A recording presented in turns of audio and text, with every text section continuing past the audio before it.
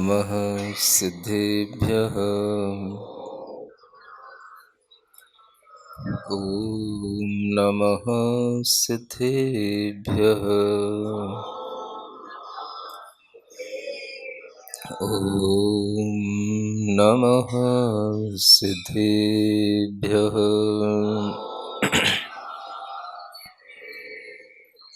श्रीवर्धमान जिनदेव पदारविन्द युग्मस्थिताङ्गुलिनखांशु समूहभासि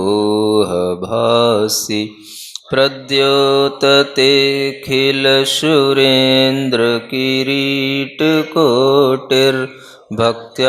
प्रणम्य जिनदेवपदं स्तवीमि। देवादिदेव आदिम तीर्थंकर श्री ऋषभनाथ भगवान की, वर्तमान शासन नायक श्री वर्धमान महावीर भगवान की, आचार्य गुरुवर श्री विद्यासागर जी महाराज की। आज 5वां काव्य पढ़ना है। सामायिके श्रुत विचारण शास्त्र का पाठ काले यसन्मतिं स्मरति नित्यरतिं दधान तस्यैव हस्तगत पुण्यसमस्तलक्ष्मीं दृष्ट्वा न कोऽपि कुरुतेऽत्र बुधस्तथैव। पढ़ें एक बार। सामायिके श्रुत विचारण पाठ काले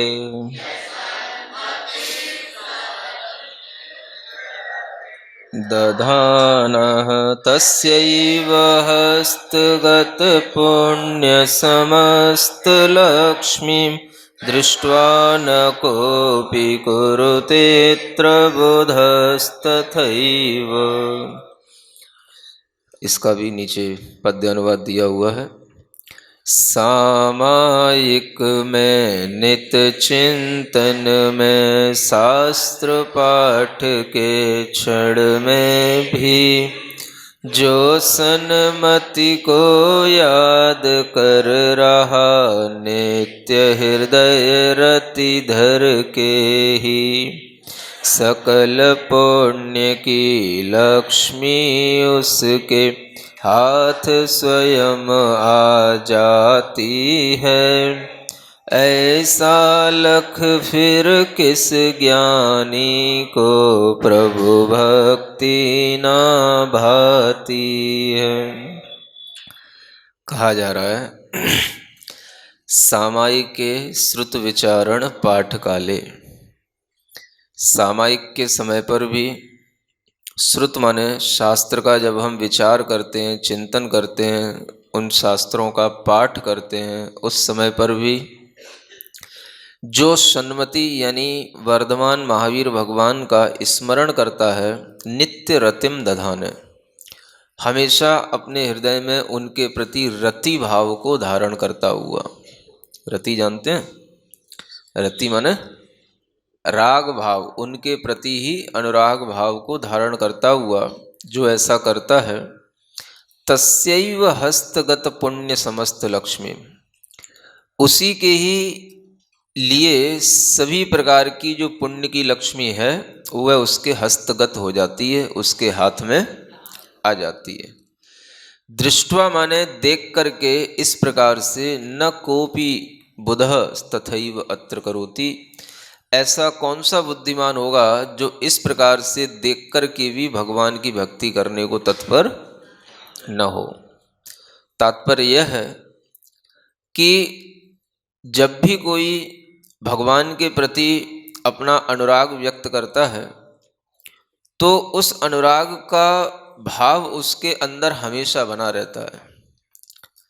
ऐसा नहीं कि वह किसी एक विशेष समय पर ही भगवान के प्रति अनुराग रख रहा हो, वह हमेशा ही भगवान के प्रति अनुराग अपने अंदर बनाए रखता है। और हमेशा बनाए रखने का जो भाव है वो अगर आप देखेंगे तो वो कब कब दिखाई देता है। दो ही काम मुख्य रूप से होते हैं साधुओं के लिए दो काम मुख्य हैं, एक ज्ञान और एक ध्यान। समझ आ रहा है? श्रावकों के लिए भी दो ही काम मुख्य हैं, एक दान और एक पूजा। और साधु के लिए दो काम मुख्य हैं, ज्ञान और ध्यान। तो यहां लिखा जा रहा है कि जिन्होंने अपना जीवन सारा का सारा अपनी आत्मा की शांति, अपनी आत्मा की कर्म की निर्जरा करने के लिए जिन्होंने संकल्प लिया है, ऐसे जीव भी हमेशा सामायिक में भगवान का ही विचार करते हैं। क्या समझ आ रहा है? सामायिक में, ध्यान में क्या किया जाएगा? किसका ध्यान करोगे? किसका आलम्बन लेकर के अपने अंदर और साम्य भाव लाओगे? तो हमें ऐसे तीर्थंकर, वर्तमान में जो शासन नायक महावीर भगवान हैं, इन्हीं का ध्यान करके महापुरुष, बड़े बड़े गणधर आदि परमेष्ठी भी इन्हीं का ध्यान करके सामायिक में इन्हीं का चिंतन करते हैं। और जितनी भी प्रकार की रिद्धियां हैं, सिद्धियां हैं, सब कुछ उन्हें उपलब्ध हो जाती हैं केवल इन्हीं भगवान का चिंतन करने से। और ये सब करके बहुत से महापुरुष अपने जीवन को धन्य बना करके अपनी जीवन लीला समाप्त करके यहाँ से चले भी गए, तो भी उनकी आत्मा में उन भगवान के प्रति भक्ति के कारण से इतना कुछ कर्मों की निर्जरा और पुण्य का फल उत्पन्न हो गया कि उन्हें आगे अपने आप मोक्ष सुख की प्राप्ति भी हो जाएगी। तो ये सब कार्य जो किए जाते हैं, ये भी जो है भगवान के चिंतन के साथ ही चलते हैं, भगवान के स्मरण के साथ ही चलते हैं। आप कभी देखोगे, जानोगे तो आपको पता पड़ेगा कि मुनि महाराज के जितने भी आवश्यक कार्य होते हैं, क्रियाएं होती हैं, उन सब में अधिकतर भगवान की भक्ति ही होती है। समझ आ रहा है? या 24 भगवान की भक्ति होगी या केवल तीर्थनायक भगवान महावीर स्वामी की भक्ति होगी। प्रतिक्रमण करते हैं तो प्रतिक्रमण में भी भगवान की भक्ति मुख्य रूप से होती है। व्रतों का प्रतिक्रमण करके भगवान की भक्ति के साथ ही प्रतिक्रमण शुरू होता है और भगवान की भक्ति के साथ ही उस प्रतिक्रमण का समापन होता है। सामायिक करो, ध्यान करो, अरिहंत परमेष्ठी का ध्यान करो। किसका ध्यान करो? तो वो भी तीर्थंकर भगवान का ही ध्यान करो, उन्हीं को सामायिक में अपना विषय बनाओ। कोई भी स्वाध्याय करो, श्रुत का विचार करो, तो उसमें भी आप देखोगे सबसे पहले भगवान महावीर स्वामी को ही आचार्य कुंद देव ने नमस्कार करके कोई भी ग्रंथ लिखे हैं तो उनमें इन्हीं को मुख्यता से नमस्कार करके ग्रंथों का उल्लेख किया है।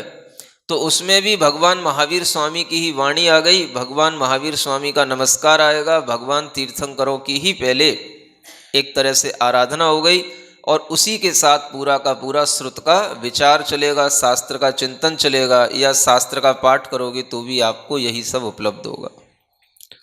कुल मिलाकर के मुनि महाराज भी अपने ज्ञान और ध्यान में भगवान महावीर स्वामी, तीर्थंकर और तीर्थंकर की वाणी को ही हमेशा लिए रहते हैं। आप लोगों के लिए भी कभी उपदेश देंगे, प्रवचन देंगे, तो भी उसमें क्या मिलेगा आपको? इन्हीं तीर्थंकरों की वाणी से कहा हुआ जो तत्व होगा वही आपको सिखाया जाएगा। तो हर समय पर भगवान तीर्थंकर को ही याद किया जा रहा है। हर समय पर सन्मति वर्धमान महावीर भगवान को ही याद किया जा रहा है। और इस तरह से सभी आचार्य करते आए हैं और अपने मन को पवित्र बनाए हैं, अपनी आत्मा को पवित्र बनाए हैं। तो यह करते करते ही उनके पास में सब तरह की लक्ष्मी आ जाती है। अब यहाँ कुछ काव्यों के ऊपर कुछ टाइटल पड़े रहते हैं, वो टाइटल भी थोड़ा सा आपके अंदर आकर्षण पैदा करने के लिए डाले गए हैं। और वो टाइटल भी देखे जाएं तो आध्यात्मिक दृष्टिकोण से देखोगे तो उन टाइटलों में आपको कुछ भी गलत नजर नहीं आएगा। समझ आ रहा? जितने भी यहाँ पर आपको ऊपर टाइटल दिले मिलेंगे उनको आप आध्यात्मिक दृष्टि से देखना। जैसे यहाँ लिखा है लक्ष्मी प्राप्ति स्तुति। क्या समझ आया? तो आप जैसे ये पढ़ोगे तो आपको लगेगा कि भैया लक्ष्मी जी की प्राप्ति करने के लिए हमें यही स्तुति करनी है।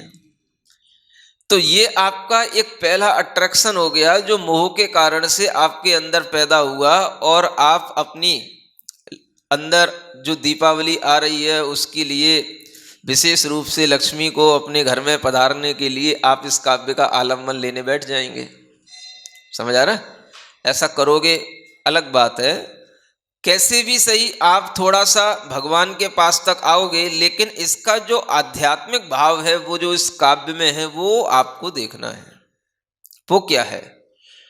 जितने भी लोग सामायिक में श्रुत का पाठ करते समय भगवान का स्मरण करते हैं, सभी पुण्य की लक्ष्मी को प्राप्त कर लेते हैं। माने पुण्य अपने आप में लक्ष्मी कहलाती है। लक्ष्मी कोई अलग से चीज नहीं होती है, लक्ष्मी तो उस वैभव का नाम है जिससे आदमी को सुख मिलता रहे। पुण्य सबसे बड़ी लक्ष्मी होती है, पुण्य से ही सब सुख मिलते हैं। इसलिए यहां पर कहा गया है कि आपके हाथ में सभी पुण्य की लक्ष्मी होगी, केवल आप भगवान महावीर स्वामी का स्मरण करते रहो। पुण्य आपके अंदर है तो सब प्रकार की लक्ष्मी आपके पास में है, और कोई लक्ष्मी दुनिया में जो है वो सिर्फ एक कल्पना है, लेकिन वास्तविकता क्या है? आपका पुण्य ही आपकी लक्ष्मी होती है, आपका अच्छा कर्म ही आपके लिए लक्ष्मी होता है, और वह अच्छा कर्म अच्छे भावों से ही संजोया जाएगा, अच्छा कर्म अच्छे भावों से ही उत्पन्न होगा। इसलिए भगवान के प्रति भक्ति करने वालों को हर उत्कृष्ट पुण्य की उपलब्धि होती है। आप क्या समझते हो? जो बड़े बड़े चक्रवर्ती बनते हैं, राजा बनते हैं, मंडलिक राजा होते हैं, बहुत बड़े बड़े रिद्धि संपन्न लोग होते हैं, सिद्धियों को धारण करने वाले होते हैं, बड़े बड़े विद्याधरों के मनुष्य होते हैं, जो सब प्रकार से अपना साम्राज्य दुनिया में स्थापित करते हैं, ये सब लोग भी कहाँ से बनते हैं?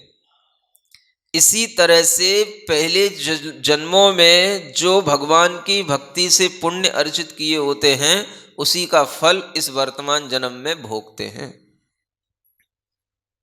सबसे बड़ा पुण्य कौन सा आपसे पूछा जाए तो बताओ, क्या बताओ? सबसे बड़ा पुण्य कौन सा कहलाता है? बताओ।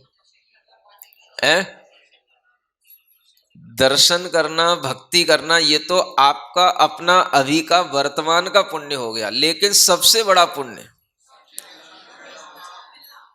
सबसे बड़ा पुण्य कर्म कौन सा? चलो अच्छा है, वैसे बताओ सबसे बड़ा पुण्य कर्म कौन सा होता है? मनुष्य गति तो बहुत से प्राप्त कर लेते, मनुष्यों में भी पुण्यवान सबसे बड़ा पुण्यवान है।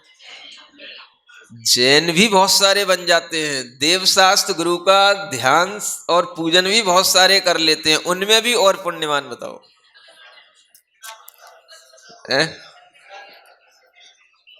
वो तो हो गया ना, सच्चे गुरु भी मिल जाते हैं, निराकुलता भी आ जाती है, और उसमें भी पुण्यवान और कौन होता है? सबसे ज्यादा मनुष्यों में पुण्यवान मनुष्य कौन कहलाता है? आप केवल अपने लिए ही सोच रहे हो। हम ओवरऑल किसी भी काल में, किसी भी समय पर, किसी भी क्षेत्र में अगर कोई सबसे पुण्य आत्मा, पुण्य कर्म होगा तो वो क्या होता है? हाँ, सबसे बड़ा पुण्य कर्म क्या होता है? तीर्थंकर नाम का पुण्य कर्म सबसे बड़ा पुण्य कर्म होता है। हाँ, और ऐसे पुण्य भी अगर संजोए जाते हैं तो वह तीर्थंकर भी जिस जन्म में तीर्थंकर बनते हैं उस जन्म की बात नहीं, उससे पिछले जन्मों में इसी तरह की भक्ति इत्यादि सब कुछ करते हैं। समझ आ रहा है? आप पढ़ना कभी, चाहे महावीर भगवान के पिछले जीवन के बारे में पढ़ना, चाहे पार्श्वनाथ भगवान के पिछले जीवन के बारे में पढ़ना। हाँ, उत्तर पुराण में एक प्रसंग आता है भगवान पार्श्वनाथ के जीवन का, कि जब वह एक आनंद नाम के राजा हुए हैं, समझ आ रहा है, तो उस समय पर उन्होंने एक सूर्य की आकृति का एक मंदिर बनवाया। उनके मन में क्या आया? हाँ, कि एक सूर्य मंदिर बनाना है, सूर्य की आकृति का मंदिर बनाना है। तो वह उस सूर्य मंदिर में जाकर के, उसको बना करके, उसमें प्रवेश करके उसमें भगवान की आराधना करते थे। उन्होंने अपने समय में नियम लिया, अष्टमी आती है, एकादशी आती है, चतुर्दशी आती है, विशेष विशेष तिथियों पर हम भगवान की, उसमें लिखा हुआ है आज इतनी मोहरों से पूजा करेंगे, आज इतनी मोहरों से पूजा करेंगे, आज इतनी मोहरों से पूजा करेंगे। ये राजाओं के काम होते थे, समझ आ रहा है? तो ऐसे पिछले जन्म में वो पार्श्वनाथ भगवान का जीव है, जब वो एक राजा बना हुआ है बहुत बड़ा, तब उस समय पर वह तीर्थंकरों की इस तरह से पूजा कर रहे हैं, तब जाकर के वो 2-4 जन्म के बाद में वो तीर्थंकर बनते हैं। तो तीर्थंकर भी तो आखिर इसी प्रकार की पिछले जन्मों में भक्ति किए होते हैं, और इसी भक्ति के फल से ही ये पुण्य मिलते हैं जब वो इस तरीके के तीर्थंकर नाम कर्म को बांध पाते हैं। 16 कारण भावनाओं में भी अरिहंत भक्ति भावना आती है, आती कि नहीं आती? हाँ, वह अरिहंत भक्ति भावना मतलब कि जिन जिन ने तीर्थंकर प्रकृति का बंद किया, उन्होंने अरिहंतों की भक्ति तो की ही है।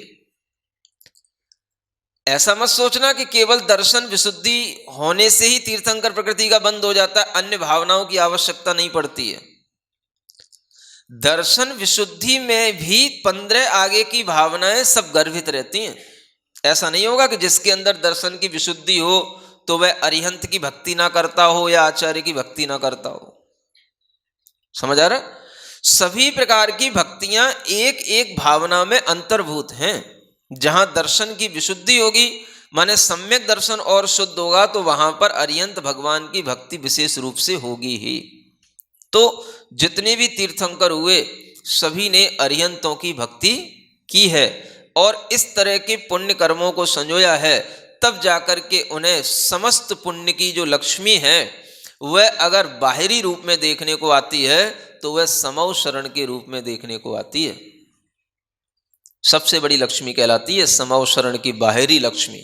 अंतरंग लक्ष्मी तो आत्मा का अपना अनंत ज्ञान, अनंत दर्शन, अनंत सुख, अनंत शक्ति, ऐसे अनंत चतुष्टय होते हैं। लेकिन बाहरी समोसरण आदि ये विभूतियां ये उस समोसरण की लक्ष्मी के रूप में सबसे ज्यादा मान्य होती हैं। तो ये लक्ष्मी किसको उपलब्ध होगी? जिन्होंने पिछले जन्म में सब किया है, सामायिक की श्रुत का विचार किया, ऐसे ही हमेशा श्रुत का पाठ किया, भगवान का हर समय पर ध्यान किया, उसी में मन लगाया। तो जब आपके अंदर ये पता पड़ जाए कि सब प्रकार के पुण्य किससे मिलते हैं, इसी तरह के भगवान की भक्ति करने से मिलते हैं, तो कोई बुद्धिमान होगा तो फिर किसी लक्ष्मी की कोई बाहरी फोटो के चक्कर में नहीं पड़ेगा। क्या समझ आ रहा है? वो अपने भीतर खुद लक्ष्मी प्राप्त करने की कोशिश करेगा। ये पुण्य की लक्ष्मियां, पुण्य के वैभव उसके अंदर तब आएंगे जब वो ऐसी भक्ति करने में अपना मन लगाएगा। तो आप लोगों के लिए भी यही भाव ध्यान में रखना है कि हम केवल लक्ष्मी जी की बाहर से फोटो लगा करके ही संतुष्ट ना हो जाएं। समझ आ रहा है? और वैसे भी देखा जाए तो जैन दर्शन में कोई लक्ष्मी जी की फोटो तो होती ही नहीं है। समझ आ रहा है? अगर कोई लक्ष्मी है तो यही ज्ञान लक्ष्मी है, सम्यक दर्शन रूपी लक्ष्मी है, जिसके बारे में आपको एक दिन कल भी बताया था। जिन पति पद पद्म प्रेक्षणी दृष्टि लक्ष्मी, क्या बताया वहां पे? लक्ष्मी नाम आया, दृष्टि लक्ष्मी, माने सम्यक दर्शन ही अपने आप में लक्ष्मी है। अगर आप सम्यक दृष्टि हैं, आपके अंदर वीतरागता का श्रद्धान है, आप जिनेंद्र भगवान की आराधना में ही अपना समर्पण भाव रखते हैं, तो आप सम्यक दर्शन से संपन्न, अपने अंदर लक्ष्मी से संपन्न हैं। लेकिन क्या करें, बाहरी सेठों को देख करके, बाहरी लोगों को देख करके, अपने पड़ोसियों को देख करके मन में आ ही जाता है कि हमारे पास भी ये फोटो होनी ही चाहिए। समझ आ रहा है? बोलो तो। सबकी दुकानों में रखी होंगी, हैं? नहीं रखी? देखता हूं किसी दिन घुस के तुम्हारी दुकान।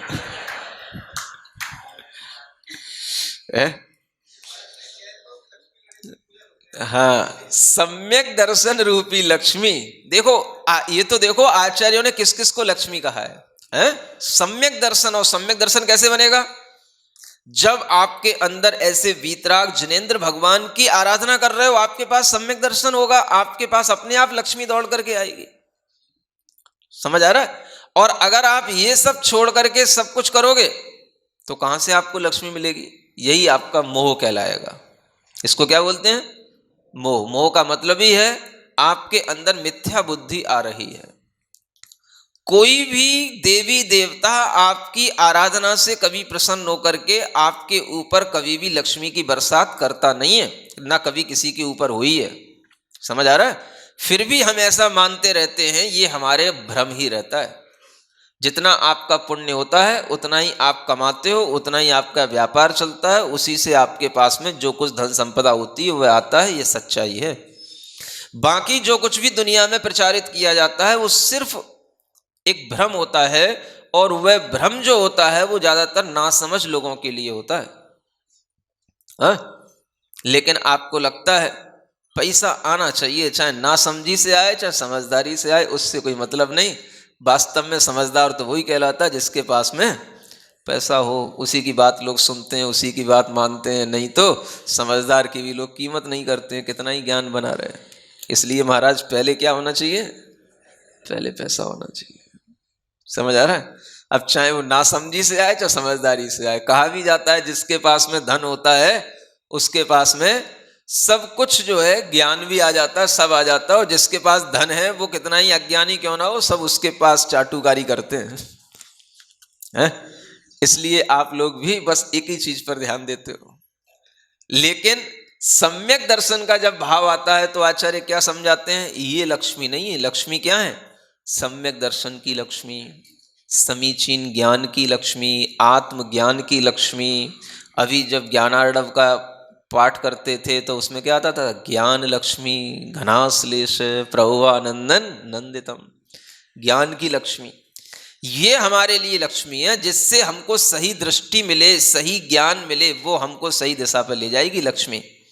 सम्यक दर्शन सम्यक ज्ञान की आराधना करते हुए ये देखो कि वास्तव में जो लक्ष्मी होती है वह लक्ष्मी तो एक नाम है, जिसका नाम एक वैभव से जुड़ा हुआ है, शोभा से जुड़ा हुआ है, और वह सब चीजें हमारे अंदर सम्यक दर्शन सम्यक ज्ञान से आती हैं।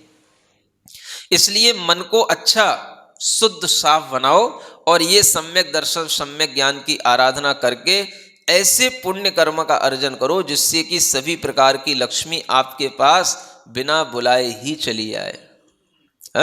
और ऐसा कब होगा? जब आप इस तरीके के भाव करके सोचोगे, तभी आपके मन में ऐसा विचार आएगा। और तभी यहाँ लिखा गया है कि ऐसा कौन बुद्धिमान होगा जो इस तरह से देख रहा है कि बड़ी बड़ी लक्ष्मियां जिनको प्राप्त हो रही हैं वो कैसे मिल रही हैं? तो इसी प्रकार से मिल रही हैं, ऐसे ही सम्यक दर्शन ज्ञान चारित्र से मिल रही हैं। तो हमें भी इस लक्ष्मी को ऐसे ही प्राप्त करना है। ठीक बात? देखो आगे क्या कहते हैं। सुते च योजिन कुले सहि वीर वंशो वीरं विहाय मनुतेन्य कुलाधिदेवम् आलोकमाप्य जगति हरवेः प्रचंडं जात्यन्धवद्भ्रमति वा किल कौशिकसः। पढ़ो एक बार फिर से। चयोजिन कुले सहि वीर वंशो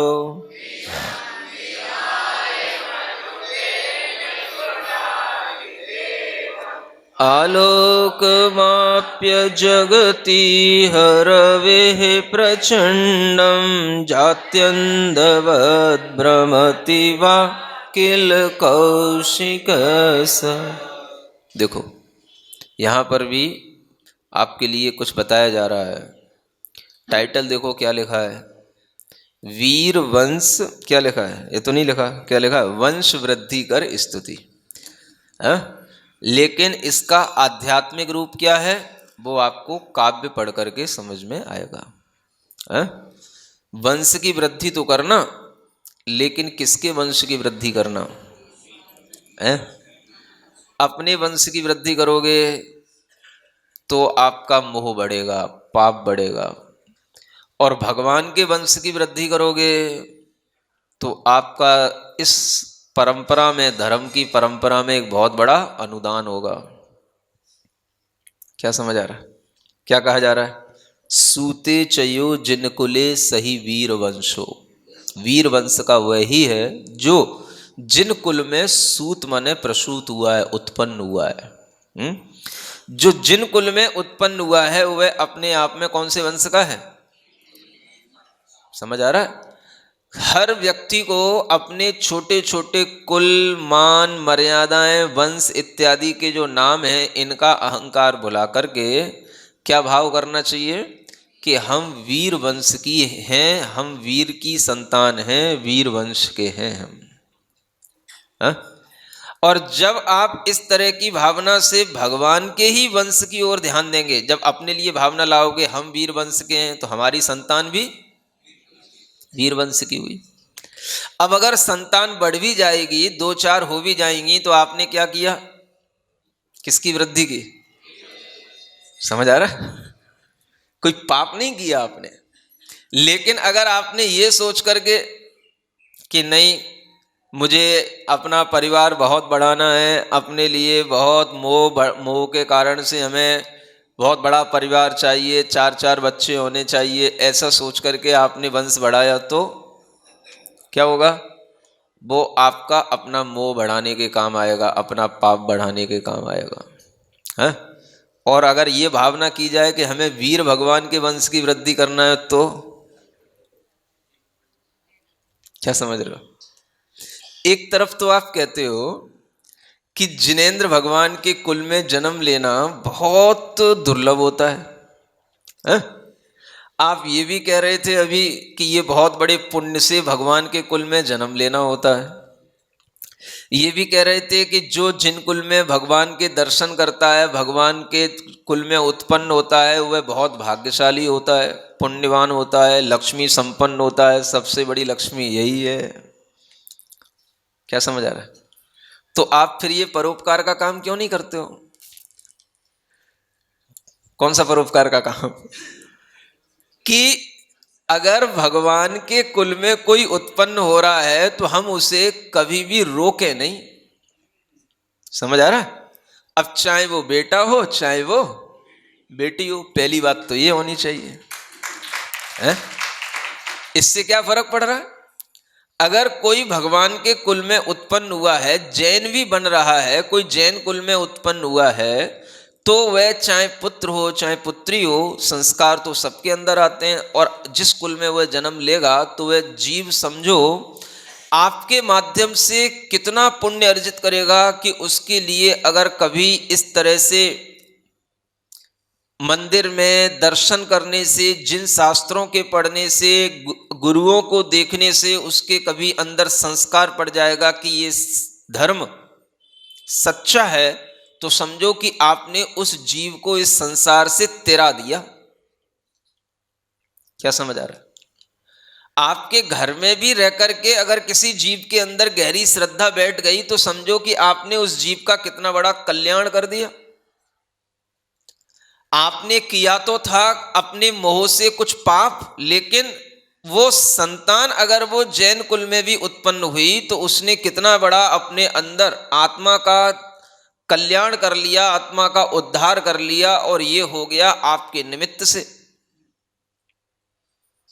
तो आपके लिए ये सोचना जरूरी है कि यह कार्य हमारा भगवान की वंश की वृद्धि के लिए यदि है तो हम इस कार्य में अपने आप को रोकें, या हम इस कार्य में किसी भी तरीके का कोई भी पुत्र पुत्री का भेदभाव करके कोई भी हम और कोई पाप करें, ये विचार भी आप लोगों को एक क्षण के लिए करना चाहिए। क्या समझ आ रहा है? अगर ये विचार होगा तो आपको कभी भी जिन कुल में उत्पन्न हुई संतान के प्रति कभी दुर्भाव पैदा नहीं होगा।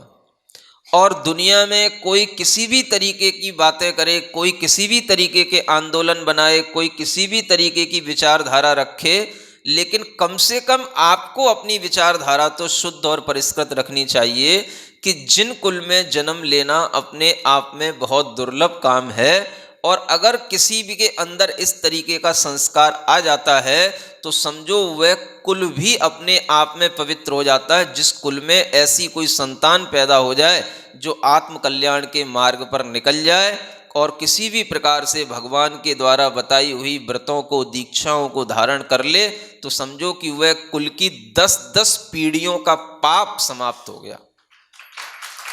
अगर एक संतान, एक कोई भी घर में ऐसा निकल जाता है, समझ आ रहा है, वो अपने आप में पीढ़ियां, 10-10 पीढ़ियां एक साथ पवित्र हो जाती हैं। इतना बड़ा आपके मन में ज्ञान होने के बावजूद भी आप दुनिया में चल रहे अनेक तरह की विचारधाराओं में अपने आप को बदलते हो और अपने अंदर सही विचारधारा नहीं लाते हो, यह भी एक बहुत बड़ा अज्ञान है। क्या समझ आ रहा है? लोग बताते हैं जैन समाज की जनसंख्या अकबर के टाइम पर 4 करोड़ थी। अकबर राजा हुआ, समझ आ रहा है? उस टाइम पर जैन समाज की जनसंख्या कितनी थी? 4 करोड़ थी। आज वो गिनी चुनी 40 लाख रह गई है। समझ आ रहा है? बहुत ज़्यादा हाथ पैर सब तरीके से चला लोगे या हर तरीके की काउंटिंग कर लोगे या सब तरीके के लोगों को भी इकट्ठा किसी भी तरीके से कुछ भी कर लोगे, तो भी वो कितना बढ़ेगी? 1 करोड़ से ज़्यादा तो नहीं हो सकती। समझ आ रहा है? लेकिन इतनी भी नहीं हो सकती। तो आप ये सोचें कि दुनिया की विचारधारा में हम जब चलते हैं तो एक तरफ बहुसंख्यक समाज है, एक तरफ एक अल्पसंख्यक समाज है। हम अगर बहुसंख्यक समाज की विचारधारा में शामिल होकर के चलते हैं तो हम अपना धर्म खोते चले जाएंगे, अपनी संस्कृति खोते चले जाएंगे। आज हमारी बेटियों के माध्यम से भी जो धर्म की हानि हो रही है, तो वो क्यों हो रही है? क्योंकि बहुसंख्यक समाज में एक ट्रेंड चल रहा है, बेटियों को पढ़ाओ, जॉब कराओ। आप भी बेटियों को पढ़ा रहे हो, जॉब करा रहे हो। नतीजा क्या हो रहा है? जिनके लिए बहुसंख्यक समाज है तो उन्हें तो कोई हानि है ही नहीं है, हानि किसको होगी? आप विचार करो कि कोई एक छोटी संख्या का समुदाय अगर किसी बड़ी संख्या के समुदाय के अनुसार चल करके, उसके अनुसार चलता हुआ अपनी विचारधारा बना करके उसी के तरह से हो जाता है या मिक्स हो जाता है, तो वो अपने अस्तित्व को धीरे धीरे खो देगा। हर किसी काम पर विचार करते हुए आपको ये देखना है कि हमारे बेटे बेटियां बहुमूल्य हैं। वो ऐसे नहीं है कि उन्हें किसी भी कंपनी में बिल्कुल जैसे जहां पर सब तरीके के लोग काम कर रहे हैं, वहीं पर आपके बच्चे भी उसी भीड़ में काम कर रहे हैं। जहां पर सब तरीके के लोग पहुंच रहे हैं, वहीं पर आपके बच्चे भी उसी भीड़ में पहुंच रहे हैं और अपना कोई भी जो धर्म का, संस्कृति का अस्तित्व है, वह उनके लिए कुछ भी मायने नहीं रख रहा है। तो इसका मतलब यह है कि आप बहुसंख्यक लोगों के बीच में उनकी नकल करते हुए आप अपने अस्तित्व को नष्ट कर रहे हैं। ये हमें हमेशा सोचना पड़ेगा कि हमारे अपने जो कानून, कायदे, रहन सहन, अपना जो लाइफ लिविंग का जो स्टैंडर्ड है, वो इस तरीके का होना चाहिए कि उसके कारण से हमारे जो बेटे बेटियां हैं उनका अपने आप में जो कहना चाहिए एक कीमत है, वो कीमत उनकी बनी रहनी चाहिए। जब सामान्य लोगों की तरह बेंगलोर और पूना जैसी आईटी वाले हब वाले स्थानों पर जहां पर आपके बेटे पहुंच जाएंगे और वहां पर केवल जो है एक सामान्य कर्मचारी की तरह वहां पर एम्प्लॉय बन करके बस केवल अपना जीवन निकाल देंगे, तो वो धर्म और संस्कृति के लिए क्या अपना अस्तित्व बना पाएंगे? पढ़ाने लिखाने की बात तक तो ठीक है, लेकिन जब हम केवल यह उद्देश्य बना करके बेटे बेटियों को बाहर पहुंचा देते हैं कि बस वो केवल जॉब करें, तो समझना कि हम भी अपने लिए उस बहुतायत समुदाय में, उसी में हम अपने बेटों को पहुंचा दिए, माने हमने अपनी संस्कृति खो दी। समझ आ रहा है? इसलिए आपसे बार बार कहा जाता है अपनी बेटे बेटियों को ऐसे अच्छे काम में लगाओ, अच्छे सर्विसों में लगाओ, अच्छे ओहदों पर पहुंचाओ जहां पहुंचने के बाद उनका अस्तित्व बना रहे। समझ आ रहा है? आईपीएस, आईएएस, यूपीएससी, ये जो परीक्षाएं होती हैं, इन परीक्षाओं में बच्चों को लगाओ। वो जब कोई अच्छे ओहदे पर पहुंचेंगे, कलेक्टर बनेंगे, कोई किसी भी कंपनी के डायरेक्टर बनेंगे, तो कुछ मतलब निकलेगा। एक सामान्य से एम्प्लॉय बनकर के, कर्मचारी बनकर के रह जाएंगे, तो ये जैन बच्चों के लिए उचित नहीं है। जैन बच्चे बहुमूल्य होते हैं, उन्हें कर्मचारी नहीं बनाना चाहिए। ये मेरा आपसे कहना है। समझ आ रहा है? हाँ, आपके अच्छे कुल में पैदा हुए बच्चों को अच्छे ओहदे पर पहुंचाओ, उन्हें अच्छे प्रोफेसर बनाओ, लेक्चरर बनाओ, लॉयर बनाओ, जज बनाओ, अच्छे ओहदों पर पहुंचाओ। सामान्य कर्मचारी बना करके आप क्यों संतुष्ट हो लेते हो? और अच्छी अच्छी सर्विसेज नहीं होती हैं? ऐसी उनको प्रेरणा दो कि काम करो तो अच्छा करो, नहीं तो घर में बैठो। समझ आ रहा है? जैसे वो पहले कभी डायलॉग सुनता था, खाऊंगा तो खून पसीने की, नहीं तो यारो हाँ भूखों मर जाऊंगा। समझ आ रहा है? हाँ, काम करो तो अच्छा करो, सर्विस करना है तो ऐसी करो जिसको कहने के बाद हमें भी लगे कि हाँ किसी ने कुल का नाम किया, समाज का नाम किया, धर्म का नाम किया। तो या तो अपना काम डालो या किसी अच्छे काम को करो। इस तरीके की अगर आप अपने बच्चों के अंदर फीलिंग डालेंगे कि आप सामान्य लोग नहीं हो, आप विशिष्ट हो, आपको या तो अच्छा करना है या फिर घर पे बैठना है, बीच का कोई काम नहीं करना है। समझ आ रहा है? तो इस तरीके की जब बच्चों में फीलिंग आएगी तो वो समझेंगे कि हाँ, हमारा इस कुल में जन्म लेने का महत्व है, इस कारण से हमको ये सर्विसेज करने के लिए रोका जा रहा है। वस्तुतः हमको सर्विस के लिए मनाही नहीं है। आप अच्छी अच्छी सर्विसेज करो, कलेक्टर बनो, डिप्टी कलेक्टर बनो, और तमाम सर्विसेज होती हैं बैंकों की सर्विसेज में मैनेजर बनो, डायरेक्टर बनो, सब कुछ करो। जो अच्छी अच्छी कंपनियों में बड़ी बड़ी सर्विसेज होती है उनमें काम करो, लेकिन सामान्य से एम्प्लॉय बनकर के दूसरों के लेखा जोखा देखते रहने तक सीमित मत रहो। समझ आ रहा है? हाँ, वो तो एक सेठ एक सीए को खरीद लेता है। कोई ने बड़ी कंपनी डाली और उसको एक दो चार सीए की जरूरत पड़ जाती है, क्योंकि लेखा जोखा कौन करेगा? समझ आ रहा? अब सीए क्या मतलब क्या होता है? आपने तो बेटी को बहुत पढ़ा पढ़ा के सीए बना दिया, अब वो काम क्या करेगी? किसी कंपनी में कोई या कोई घर का सेठ होगा, कोई बड़ा सेठ होगा, उसको लेखा जोखे की जरूरत है, भाई एक सीए खरीद लो, एक सीए की जरूरत है, मेरा सब अकाउंट बना के रखना। कहने को सीए, काम क्या कर रहे हो? मुनीमीगिरी तो कर रहे हो। बताओ तो और क्या होता है? पहले इसी को मुनीमगिरी कहा जाता था। सो आज भी सेठ मुनीमों को ही तो रख रहे हैं अपने पास में, क्या कर रहे हैं?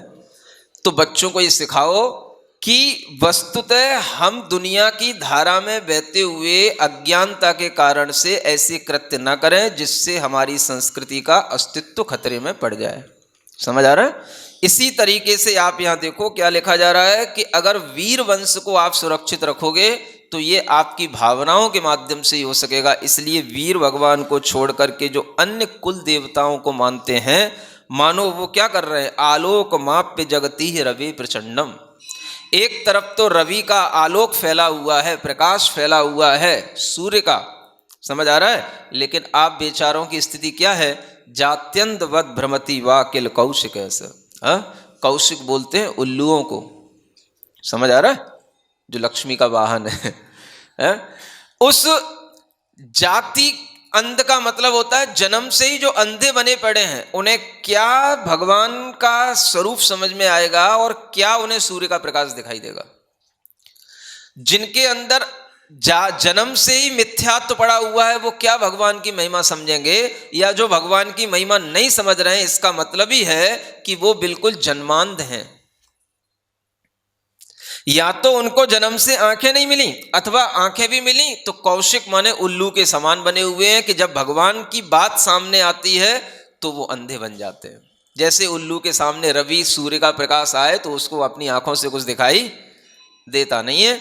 वैसे ही जब कोई सही आपको दिशा दे, सही ज्ञान दे, सही भगवान के बारे में बताए, तो आपके दिमाग में बात नहीं बैठती और आप जो है बिल्कुल कैसे हो जाते हैं, उस समय पर आप उल्लू की उपमा को प्राप्त कर लेते हैं।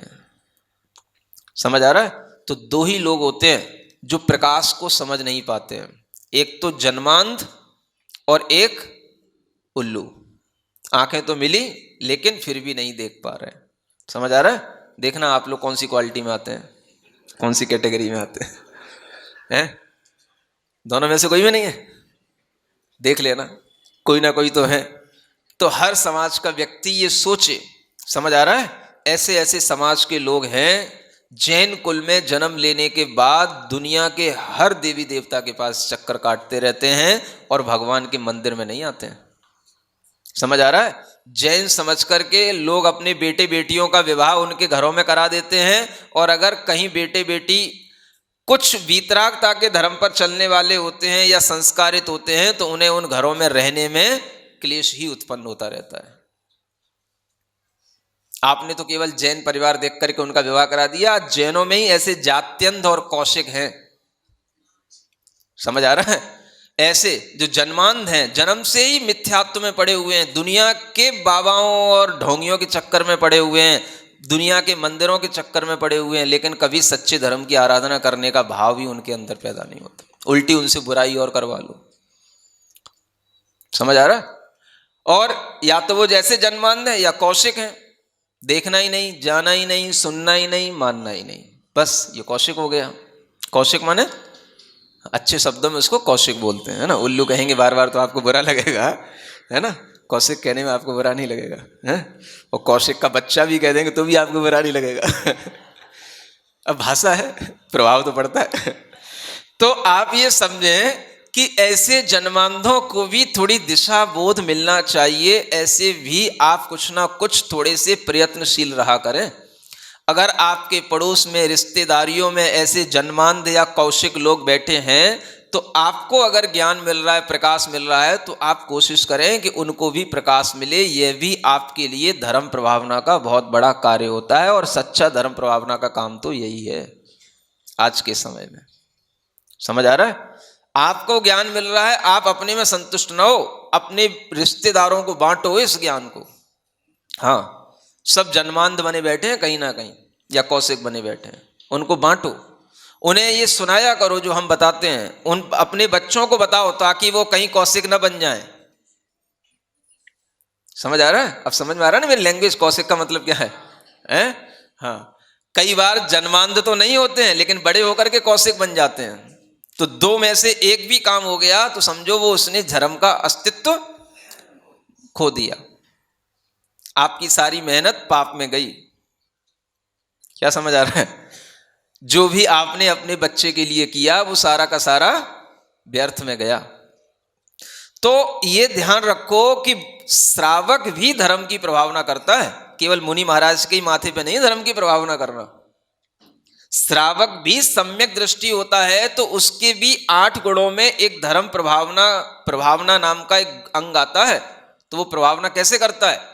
ये सबसे बड़ी वास्तविक प्रभावना होती है आदमी को अज्ञान से निकाल करके ज्ञान में लाना, अंधकार से निकाल करके प्रकाश में लाना। ये सबसे बड़ी प्रभावना होती है। तो आप देखें कि आपके रिश्तेदार, आपके घर बार में अनेक ऐसे लोग हैं, उनके लिए अच्छे तरीके से किसी ना किसी तरीके से प्रयास करते रहें कि इनको भी यह श्रद्धा की परिणति पैदा हो जो पैदा हमारे अंदर हो रही है। समझ आ रहा है? कम से कम आप लोग तो ठीक ठाक हो, नहीं हो? पहले वाले हैं जात्यंध हो गया कि कौशिक हो, क्या हो? अगर अभी तक रहे हो तो कम से कम अब तो आंखें खोल लो थोड़ी सी। खुल रही है कि नहीं खुल रही है?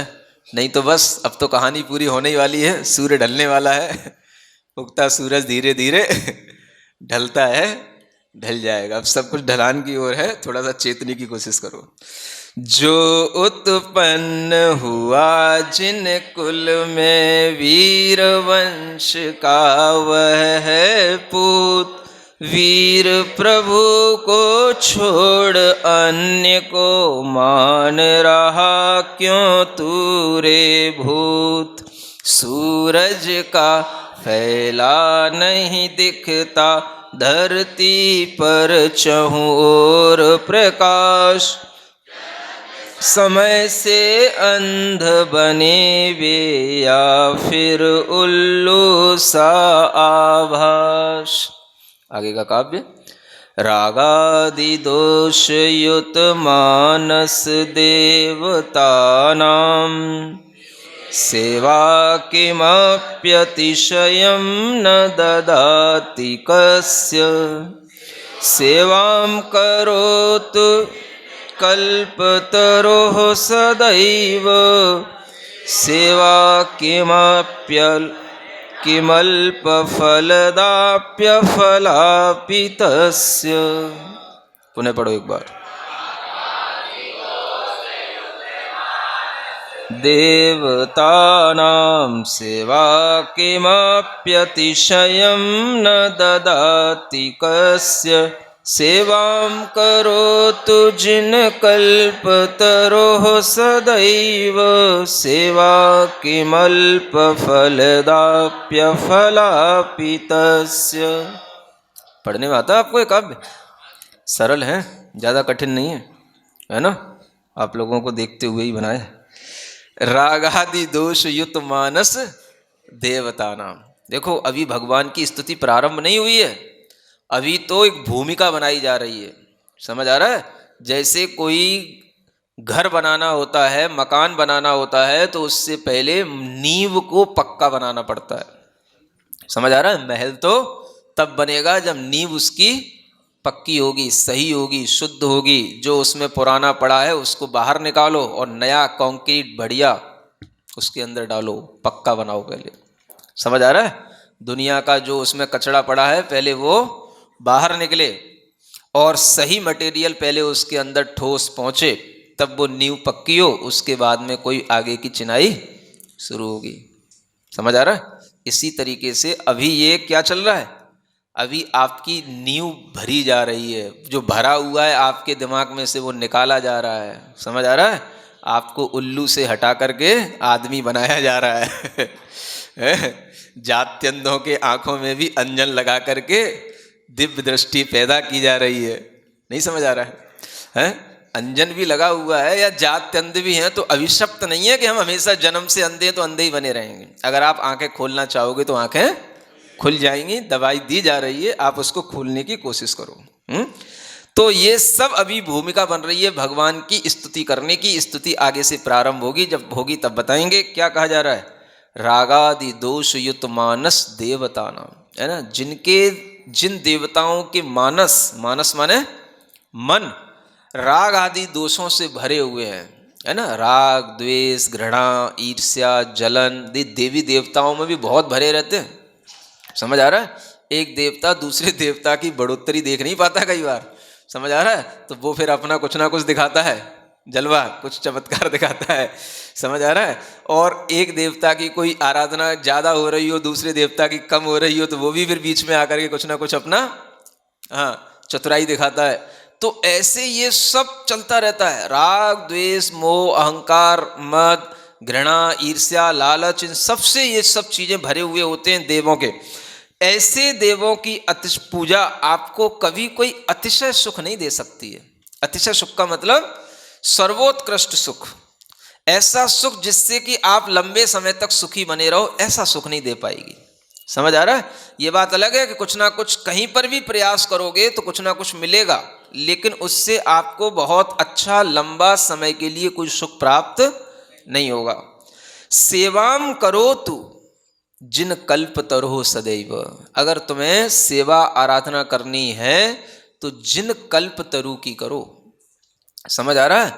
कल्प तरु का मतलब होता है कल्प वृक्ष। एक ऐसा वृक्ष होता है जो हर समय पर नहीं होता और हर जीवों को उपलब्ध नहीं होता। समझ आ रहा है? सामान्य वृक्ष तो आपको सब जगह मिल जाएंगे, कहीं भी चले जाओ, नीम के, आम के, जामुन के वृक्ष तो सब जगह मिल जाएंगे, लेकिन कल्प वृक्ष तो ढूंढना पड़ेगा। नहीं समझ आ रहा है? और मिल गया तो बल्ले बल्ले। नहीं समझ आ रहा? अगर मिल गया तो फिर क्या है, फिर आपको मेहनत नहीं करनी है कुछ भी, बस उसको ढूंढने की ही मेहनत करनी है बस। और एक बार अगर वो आपके हाथ लग गया, आपको पता पड़ गया कि ये कल्प वृक्ष है, तो फिर आपका जीवन जो बस कहो, कहना भी जरूरत नहीं है, सिर्फ सोचोगे मन में और आपके हाथ में होगा। समझ आ रहा है? उसको सिर्फ ढूंढा जाता है, बाकी के सब जगह जगह लगे मिलेंगे आपको, गली गली सब पुते मिलेंगे, गली गली सब पे वे झबरा चढ़े हुए मिलेंगे, गली गली। झबरा जानते हो? लत्ते पुत्ते। समझ आ रहा है? बस कितने ही जगहों पर देखता हूं मैं, वृक्षों के आसपास इतनी रंग बिरंगी कतरन। समझ आ रहा है?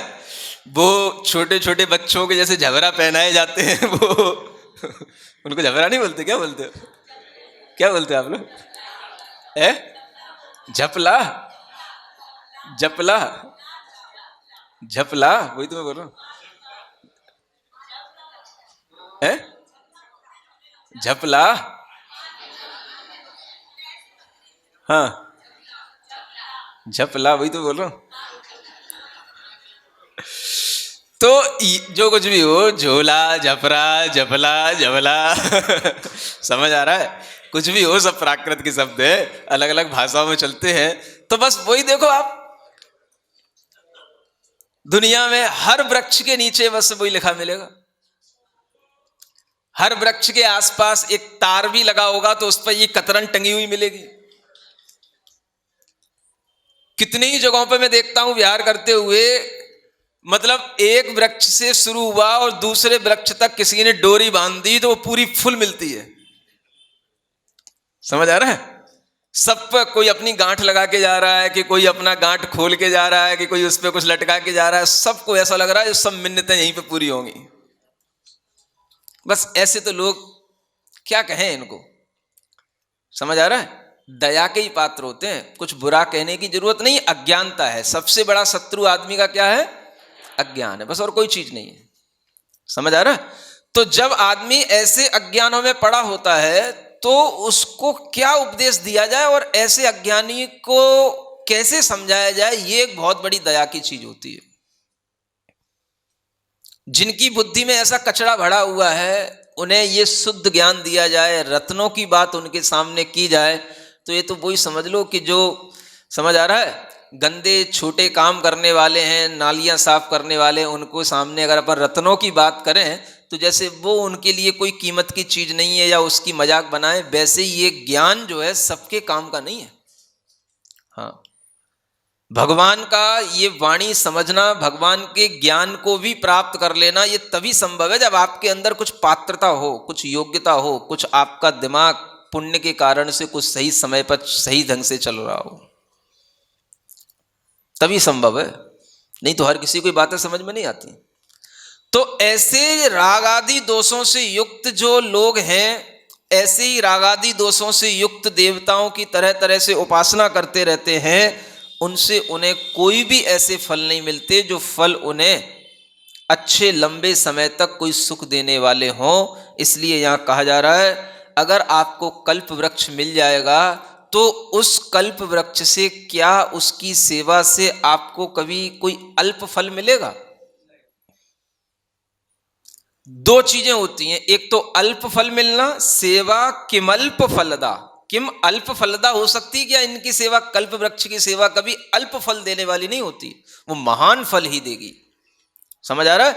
एक तो मिलेगा नहीं, और मिल गया तो फिर आपके लिए कुछ करने की जरूरत नहीं है, अपने आप महान फल मिलता रहेगा। अल्प फलदा नहीं होती है, या अनल्प या अफला माने फल से रहित हो जाए, ऐसा भी नहीं होता। कल्प वृक्ष की सेवा कभी ना थोड़ा फल देती है ना फल से रहित होती है, वो तो भरपूर देती है। समझ आ रहा है? बस आपको अपने ज्ञान से उस कल्प वृक्ष को खोजना है, ढूंढना है, और उस कल्प वृक्ष पर ही श्रद्धान करना है जिससे हमें सब कुछ मिलने वाला है। और अगर आप उस चीज को प्राप्त नहीं कर पाए तो बस फिर क्या होगा? नीम निवौरी के बच्चों से ही, उन्हीं पे पत्तियों पे ही, समझ आ रहा है, और उन्हीं की टहनियों पे ही कतरने बांधते रह जाओगे, कुछ नहीं मिलेगा। हाँ बस, और क्या होता है, समझ आ रहा है। इसलिए अपना ज्ञान अच्छा बनाओ। राग द्वेष से सहित रहे जो, ऐसे देवों की सेवा, क्या अतिशय फल दे सकती है सेवा। मेवा श्री जिनवर हैं कल्प वृक्ष सम, उनकी सेवा सदा करो। कल्प वृक्ष की सेवा भी क्या अल्प फलाया। एक काव्य और पढ़ते हैं। ये व्यंतरादि सुर भावन देव वृंदा, कृत्वा तु यस्य नमनं सुखमाप्नुवन्ति। देवादिदेव शुभ नाम पवित्र मंत्रो, व्याहन्त्यनिष्टमखिलं किमुद्विस्मयन्ति। पढ़े। ये व्यंतरादि वृंदा, कृत्वा तु यस्य नमनं सुखमाप्नुवन्ति। देवादिदेव शुभ नाम पवित्र मंत्रो, व्याहन्त्यनिष्टमखिलं किमु। हाँ देखो, इस स्तुति पे क्या लिखा है, सर्व अनिष्ट फल निवारक है। तो अनिष्ट क्या होते हैं, जो कुछ भी हमारी आत्मा की उन्नति में बाधा बन रहा है वो सब कुछ अनिष्ट कहलाता है। समझ आ रहा है। हमने आपसे पहले क्या कहा, एक एक टाइटल पर अपनी दृष्टि आध्यात्मिक ले जाना। समझ आ रहा है। हाँ, अगर आप अपनी बुद्धि से उस टाइटल को पढ़ोगे तो आपकी बुद्धि में वही आएगा, मेरे राहु केतु दूर हो जाए, समझ आ रहा है, शनि की दशाएं दूर हो जाए।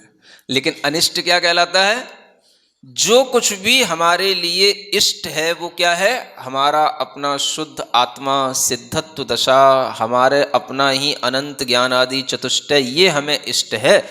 और इस इष्ट की प्राप्ति जिससे नहीं होती है वो सब हमारे लिए अनिष्ट है। समझ आ रहा है। तो ये सब अनिष्टों को दूर करने की ये आध्यात्मिक स्थिति है। इसलिए अपने ज्ञान से ये टाइटल पढ़ करके भ्रमित नहीं होना है। ये व्यंतरादि सुर भावन देव वृंदा, जितने भी व्यंतर आदि, भावन देव माने भवनवासी देवों के, वृंद माने समूह होता है, वे सब कृत्वा तु यस्य नमनम, अरे ये देव भी जिनको नमन करके सुखम आपनुवंती, सुख को प्राप्त करते हैं। जिन देवों के पीछे तुम पड़े हो वे देव भी देवादिदेव के चरणों में आकर के उनको प्रणाम करके सुख की प्राप्ति करते हैं। उन्हें लगता है कि हाँ अब मुझे सम्यक दर्शन का सुख मिला। समझ आ रहा है। देव लोगों के लिए भी ये उपलब्धियां होती हैं, तब वे सुखी हो पाते हैं। ऐसे देवादिदेव शुभ नाम पवित्र मंत्र, समझ आ रहा है। ऐसे देवादिदेव, देवों के भी अधिदेव, इसलिए इनको देवादिदेव कहा जाता है। कहीं शॉर्ट में जब देव कहा जाता है तो उनको सामान्य देवों की तरह नहीं समझ लेना। देव का मतलब क्या कहा जा रहा है, देवादिदेव। उनका शुभ नाम भी अपने आप में पवित्र मंत्र है। किनका, देवादिदेव का। समझ आ रहा है। हाँ, ओम ह्रीम श्रीम अरहम श्री वर्धमान स्वामिने नमः। बस इतना, वर्धमान भगवान का नाम, वर्धमान महावीराय नमः, ये नाम भी अपने आप में मंत्र है। आप इस नाम के ही मंत्र से अपने सब अनिष्ट दूर करते रह सकते हैं। कथा तो बहुत दूर की बात है। क्या समझ आ रहा है। केवल नाम मात्र भी, भगवान का नाम भी हमें पापों से दूर करने लग जाता है।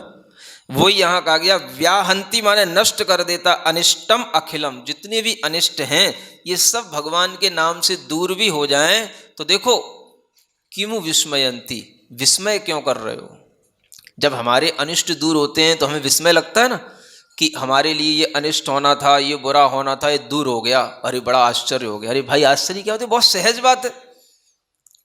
आप ऐसी आराधना कर रहे हो, ऐसी शक्ति से जुड़े हुए हो कि उस शक्ति का नाम स्मरण करते ही आपके अनिष्ट दूर हो जाएं, तो आपको विस्मय में भी विस्मय नहीं करना है और आगे उन अनिष्टों को दूर करने की सोचते जाना है और अनिष्टों को दूर करते जाना है।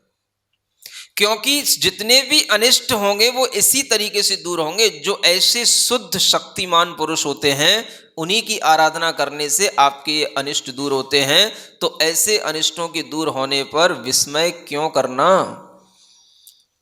लेकिन जब हम में शक्ति नहीं होती है तो विस्मय होने लग जाता है, और हो भी जाए तो कोई बात नहीं, आगे और उस काम को ऐसे करते रहो जिससे कि आपके अंदर वह भाव और बढ़ता चला जाए। अगर आपने कोई एक कार्य पूर्ण कर लिया है तो आपको विस्मय होता है कि ये कार्य कैसे पूर्ण हो गया, कितना अच्छा पूर्ण हो गया, समझ आ रहा है, कितनी भव्यता से पूर्ण हो गया। लगता है कि नहीं लगता है? विस्मय तो होता है। इतना करा धरा तो कुछ था नहीं, लेकिन जलवा तो बहुत खिंच गया कल है?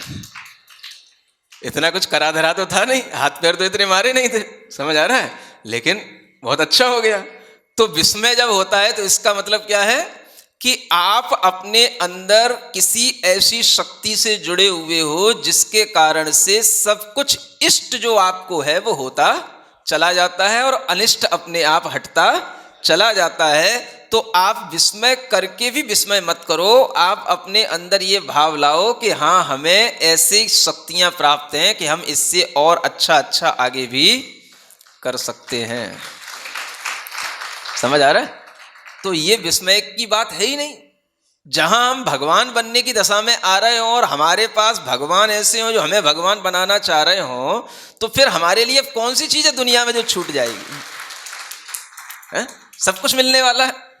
बाकी लोग देखें और जिनको इस राह पर चलना है वो दिखाएं कि देखो कैसे आनंद आता है, और जिनको नहीं आएगा वो देखेंगे बस। केवल विस्मय तो उनको होगा जिन्हें इस पर विश्वास नहीं होगा, और जिन्हें विश्वास होता है तो उन्हें विस्मय के साथ साथ विश्वास और बढ़ता चला जाता है। समझ आ रहा है? इसलिए यहां कहा आपके कोई भी अनिष्ट अगर दूर होते हैं तो आपको विस्मय करने की जरूरत नहीं। सोचना ये तो भगवान की भक्ति से ऐसा होना ही था, विश्वास है, तो कोई आपको विशेष आश्चर्य की बात समझ में नहीं आएगी। हिंदी पढ़ ली। भवनवासी व्यंतर देवों के सुर समूह से वंदित हैं, जिनवर के चरणों में झुक वे सुख पाते आनंदित हैं। देवों के भी देव प्रभु का नाम मंत्र है पूजित है, सब अनिष्ट यदि दूर हो गए, बड़ी बात क्यों विस्मित है। आज के लिए इतना ही पर्याप्त।